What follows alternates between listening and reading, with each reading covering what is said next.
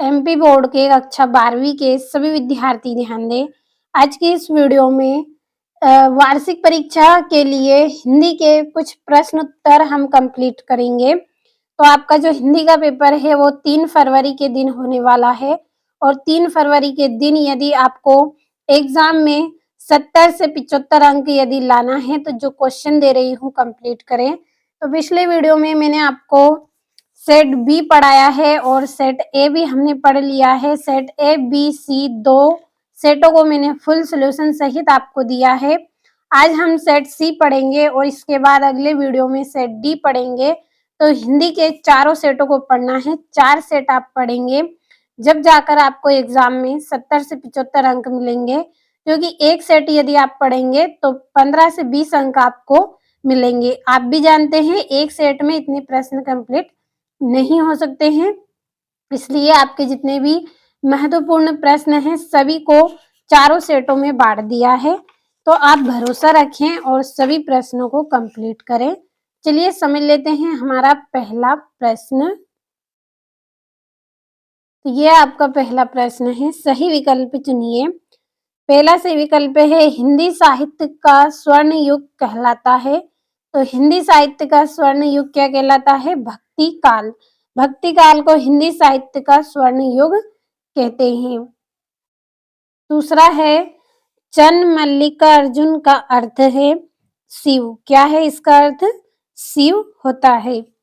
तीसरा है आपका प्रेमचंद्र का प्रसिद्ध उपन्यास है। तो प्रेमचंद्र का जो प्रसिद्ध उपन्यास है वो कौन सा है? गबन। चौथा है शास्त्रीय कलाओं का मूल धार है। शास्त्रीय कलाओं का मूल आधार क्या है? लोक कला। पांचवा है भारत में छपने वाला पहला अखबार था बंगाल गजट। क्या था? बंगाल गजट भारत में छपने वाला पहला अखबार था। छठा है रचना के अनुसार वाक्य के भेद होते हैं। 3 भेद होते हैं वाक्य के रचना के अनुसार। अगला आपका प्रश्न है रिक्त स्थान भरिए। तो सभी को भर दिए हैं, केवल हमें समझना है। तो पहला रिक्त स्थान है राजनीतिज्ञ जनता को बड़े बड़े डेडेस दिखाते हैं। तो क्या दिखाते हैं? सपने दिखाते हैं। दूसरा है गीत फरोश कविता के रचनाकार डेडेस हैं। तो कौन है? भवानी प्रसाद मिश्र। तीसरा है जामुन के पेड़ के नीचे दबे आदमी की डेडेस भी पूर्ण हो चुकी थी। क्या पूर्ण हो चुकी थी? फाइल पूर्ण हो चुकी थी। जामुन के पेड़ के नीचे दबे हुए आदमी की फाइल पूर्ण हो चुकी थी। चौथा है मध्य प्रदेश में डेडेस की गुफाएं शैल चित्रों के लिए जानी जाती हैं। भीम बेटिका। कौन सी? भीम बेटिका। बेटिका मध्य प्रदेश में शैल चित्रों के लिए जानी जाती थी। अगला है शब्दकोश न केवल शब्दों का अर्थ बताता है बल्कि शब्दों का डेडेस होता है। तो स्वजान होता है। छठा है डेडेस के 2 भेद महाकाव्य और खंड काव्य हैं। तो जो प्रबंध काव्य है उसके 2 भेद होते हैं, महाकाव्य और खंड काव्य। तो ये हो गए हैं आपके रिक्त स्थान। आप भरोसा रखिए, चारों सेटों को आप पढ़ के जाइएगा। चारों सेटों में से आपका हिंदी का पूरा पेपर रहेगा, क्योंकि बहुत मेहनत से आपके लिए 4 सेट तैयार किए हैं वार्षिक परीक्षा के लिए। पूरे मोस्ट इम्पोर्टेंट क्वेश्चन हैं, कंप्लीट जरूर करिए आप इनको।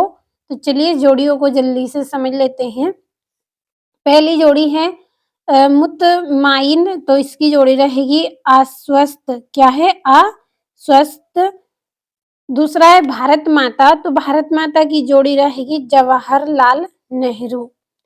तीसरा है खंडेरों की दानी। खंडेरों की दानी की जोड़ी रहेगी 120 कुइयां। चौथा है सरकारी पत्र। तो इसका रहेगा औपचारिक पत्र।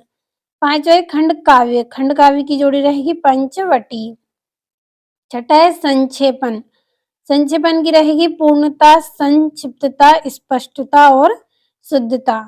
सातवां है अनुच्छेद। तो अनुच्छेद की जोड़ी रहेगी लघु निबंध। तो ये हो गई हैं आपकी जोड़ियां। अब बढ़ते हैं अगले प्रश्न की ओर। तो एक शब्द या वाक्य में उत्तर दीजिए। पहला है बिहारी सतसई किस काल की रचना है? तो बिहारी सतसई रीति काल की रचना है।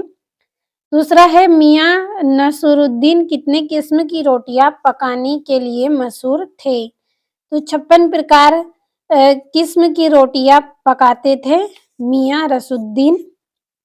अगला है धूप का कौतुक करने वाला लोकगीत भारत के किस प्रांत के हैं? पंजाब के हैं। कहाँ के हैं ये? पंजाब के। चौथा है कंपनी उम्मीदवार को किसके आधार पर चुनती है? स्वव्रत के आधार पर चुनती है। किसके आधार पर? स्वव्रत के आधार पर। पांचवा है 10वां रस किसे माना जाता है? तो 10वां रस वात्सल्य रस को माना जाता है। छठा है रोला छंद में यति कहाँ होती है? तो रोला छंद में 11 व 13 मात्राओं पर यति होती है। सातवां है युग्म का अर्थ क्या है? तो युग्म का अर्थ क्या है? जोड़ा। क्या है? जोड़ा। अगला प्रश्न है एक वाक्य में उत्तर दीजिए। पहला है पथेर पांचाली की शूटिंग करने के लिए बिल्कुल नया व सुसज्जित घर मिला, तो ये असत्य रहेगा। दूसरा है आपका बंटी तथा महाभोज उपन्यास मन्नू भंडारी की प्रसिद्धि के स्तंभ हैं, तो सत्य रहेगा। तीसरा है बेबी के कुल 2 बच्चे थे, तो ये असत्य है। चौथा है फ्लैशबैक वह तकनीक है जिसमें भविष्य में होने वाली घटना को दिखाया जाता है, तो ये गलत है। पांचवा है रस को काव्य की आत्मा कहा जाता है, तो ये भी सत्य रहेगा। और हाँ तो भी तक आदि निपात शब्द है, तो ये भी आपका एकदम सत्य रहेगा। अब हमारे जो 2-2 नंबर के प्रश्न हैं जिनके सॉल्यूशन मैं आपको इसी वीडियो में लास्ट में दूंगी। तो प्रश्न हम समझ लेते हैं। स्क्रीनशॉट आप लेते चलिए क्योंकि मैं आपको आंसर केवल डायरेक्ट आंसर बताऊंगी, वहां पे आपके क्वेश्चन नहीं रहेंगे। तो स्क्रीनशॉट लेना है आपको। यहाँ से है छठा प्रगतिवादी कविता की कोई 2 विशेषता लिखिए। सातवां है यदि चंपा पढ़ी लिखी होती तो कवि से कैसे बातें करती। आठवां है हिंदी के 2 प्रमुख कहानीकारों के नाम एवं उनकी एक-एक रचना लिखिए। तो हिंदी के 2 कवियों के नाम लिखने हैं आपको, कहानीकारों के नाम यानी कि जिनकी कहानी है उनके नाम लिखने हैं, साथ में उनकी रचना भी आपको बतानी है। और प्रश्न आपको एक बार समझ में ना आए तो आप डबल से पढ़िए, 3 बार पढ़िए प्रश्न को, लेकिन अच्छे से पढ़िए, इसके बाद आप आंसर लिखें। और 9वां है स्त्री के चरित्र की बनाई गई धारणा से रजनी का चेहरा किन मायनों में अलग है। 10वां है शास्त्रीय गायिका से आप क्या समझते हैं? शास्त्रीय गायिका से आप क्या समझते हैं? और अंतःवैयक्तिक संचार का आशय स्पष्ट कीजिए। 12वां है काव्य की परिभाषा देते हुए उसके भेद बताइए और व्यंजना शब्द शक्ति को उदाहरण द्वारा स्पष्ट कीजिए। तो आप भरोसा रखिए 3 फरवरी के दिन हिंदी के आपके पूरे प्रश्न मैं आपको यहाँ पे पढ़ा रही हूँ, पूरे मोस्ट इम्पोर्टेंट क्वेश्चन हैं, कंप्लीट करके जाइएगा आप और चारों सेटों को पढ़े क्योंकि एक सेट में आपका पेपर कंप्लीट नहीं होगा, 4 सेट में आपके प्रश्न बांटे गए हैं, तो चारों को आप समझे अच्छे से। 14वां है आपका निम्नलिखित मुहावरों का अर्थ बताते हुए वाक्य में प्रयोग कीजिए। पहला है डूबते को तिनके का सहारा। दूसरा है कंगाली में आटा गीला। 15वां है निर्देश अनुसार वाक्य परिवर्तन कीजिए। पहला है लोकप्रिय व्यक्ति का सम्मान सभी करते हैं, मिश्रित वाक्य। दूसरा है राम बुद्धिमान है, बिना भाव बदले नकारात्मक बनाना है। सभी के आंसर मिलेंगे, आप केवल प्रश्न समझते चले। 16वां है मीरा अथवा निर्मला पुतुल का काव्यगत परिचय निम्नलिखित बिंदुओं के आधार पर लिखिए। 2 रचना, भाव पक्ष, कला पक्ष, साहित्य में स्थान। इसी तरह से प्रेमचंद्र और मन्नू भंडारी का साहित्य परिचय 2 बिंदुओं के आधार पर करना है। 2 रचना, भाषा शैली, साहित्य में स्थान। 18वां है क्रिकेट खेलने के ऊपर 2 मित्रों के मध्य संभावित संवाद लिखिए। और जो आपका 19वां है इसमें निम्नलिखित में आप पठित गद्यांश को पढ़कर नीचे लिखे प्रश्नों के आंसर आपको देना है। चलिए अगला प्रश्न समझ लेते हैं। ये यहाँ से है आपका 19वां प्रश्न और ये इसका अथवा दिया गया है आपको। सभी प्रश्न कंप्लीट करें। यहाँ से 20वां प्रश्न संदर्भ प्रसंग व्याख्या करनी है 4 नंबर में। इसी तरह से आपका 21वां है, ये भी 4 नंबर का है और यहाँ से ये इसका अथवा है। अब चलिए 22वां प्रश्न पढ़ लेते हैं। 22वां है, सचिव माध्यमिक शिक्षा मंडल मध्य प्रदेश भोपाल को अंक सूची खो जाने पर अंक सूची की दूसरी प्रति प्रदान करने हेतु आवेदन पत्र आपको लिखना है। अंक सूची की दूसरी प्रति आपको मंगवानी है, यानी कि फोटोकॉपी मंगवानी है और निम्नलिखित में से किसी एक विषय पर संक्षिप्त किंतु सार भरकित निबंध आपको लिखना है। 4 ऑप्शन दिए हैं, इंटरनेट, आज की आवश्यकता, जल का महत्व, भारतीय समाज में नारी का स्थान, पर्यावरण का जीवन में महत्व। तो 4-4 नंबर के हैं पूरे महत्वपूर्ण प्रश्न आज की इस वीडियो में आपको बताए हैं और पिछले वीडियो में हमने सेट ए, सेट बी पढ़ लिया है और आज सेट सी भी कंप्लीट किया है। अगले वीडियो में हम सेट डी कंप्लीट करेंगे फुल सॉल्यूशन के साथ। जब तक सेट सी को कंप्लीट करें और भरोसा रखें 3 फरवरी के दिन 70 से 75 अंक आपको एग्जाम में प्राप्त होंगे। केवल 4 सेटों को आप अच्छे से कंप्लीट कर लें। ये आपका 6ठा प्रश्न है जिसमें प्रगतिवादी कवियों की कोई 2 विशेषता आपको लिखनी थी। तो यहाँ पे आपको 2 से ज़्यादा दी गई है, जो आपको सरल लगे वो आप कंप्लीट कर लें। तो ये यहाँ से स्क्रीनशॉट आपको लेना है और कंप्लीट अच्छे से कर लेना है। 4 विशेषता आपको बताई गई है। यहाँ से इसका अथवा है भारतेंदु युग की 2 प्रवृत्तियाँ। यहाँ पे भी आपको 1 से ज़्यादा बताई गई है, जो सरल लगे उससे आप कंप्लीट कर लें। और ये यहाँ से आपका 7वां प्रश्न और ये इसका अथवा दिया गया है आपको।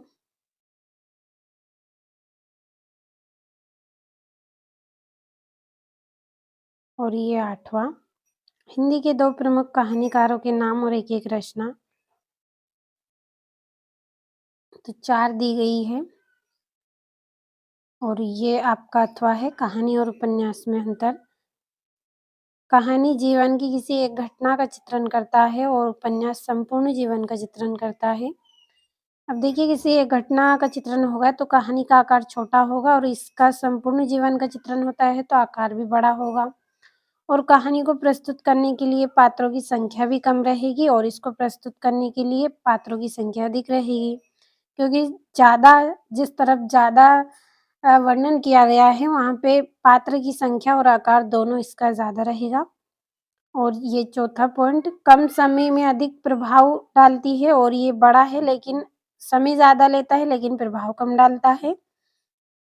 और कहानी एक गमला व गुलदस्ता है और उपन्यास एक उद्यान है। और कहानी 1 घंटे में पढ़ ली जाती है और उपन्यास को पढ़ने में बहुत अधिक समय लगता है, दीर्घकाल तक पढ़े जाते हैं। तो आपको आसान और सरल भाषा में पॉइंट बताए हैं, कहानी उपन्यास में अंतर। कंप्लीट अच्छे से कर लेना है। भरोसा रखिए, चारों सेटों को पढ़ के जाइएगा। 3 फरवरी के दिन इसी में से आपको पूरे क्वेश्चन देखने को मिलेंगे। बहुत मेहनत के साथ आपको पूरे इम्पोर्टेंट क्वेश्चन दिए हैं, ताकि आप एग्ज़ाम में अच्छे अंक प्राप्त करें, अच्छी परसेंटेज आप बना सकें। तो कंप्लीट आपको कर लेना है। कंप्लीट यदि आप नहीं करना चाहते हैं तो ना करें, लेकिन एक बार आप पढ़ के ज़रूर जाएँ पेपर को। और ये यहाँ से इसका अथवा है और ये आपका 13वां प्रश्न और यहाँ से इसका अथवा। और ये 14वां प्रश्न है जिसमें निम्नलिखित मुहावरों का अर्थ बताना है। अगला प्रश्न है ये आपका, राष्ट्रभाषा से आप क्या समझते हैं? और 15वां है निर्देश अनुसार वाक्य परिवर्तन आपको करना है। फुल सॉल्यूशन आपको दिया है यहाँ पे, तो भरोसा रखिए, कंप्लीट आप ज़रूर करें। और यहाँ पे मीराबाई का जीवन परिचय दिया है आपको।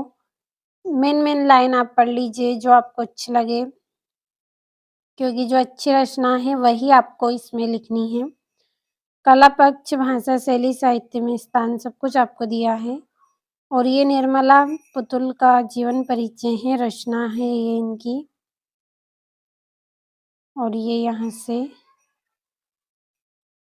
जो आपको अच्छी लगे वो रचनाएँ आप कंप्लीट कर लें। भाव पक्ष, कला पक्ष, साहित्य में स्थान। और ये यहाँ पे आपका प्रेमचंद्र का दिया गया है। अनेक रचनाएँ हैं इनकी। जो रचना आपको अच्छी लगे वो कर लेनी है। 2 रचना आपको केवल लिखनी है, ज़्यादा नहीं लिखना है। और मन्नू भंडारी जी का जीवन परिचय है ये। और ये यहाँ से भाषा शैली है इनकी, साहित्य में स्थान है। और ये आपका निबंध है, छात्र जीवन में अनुशासन।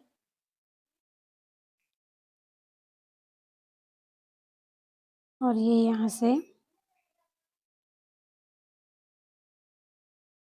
ये संदर्भ प्रसंग व्याख्या है आपकी।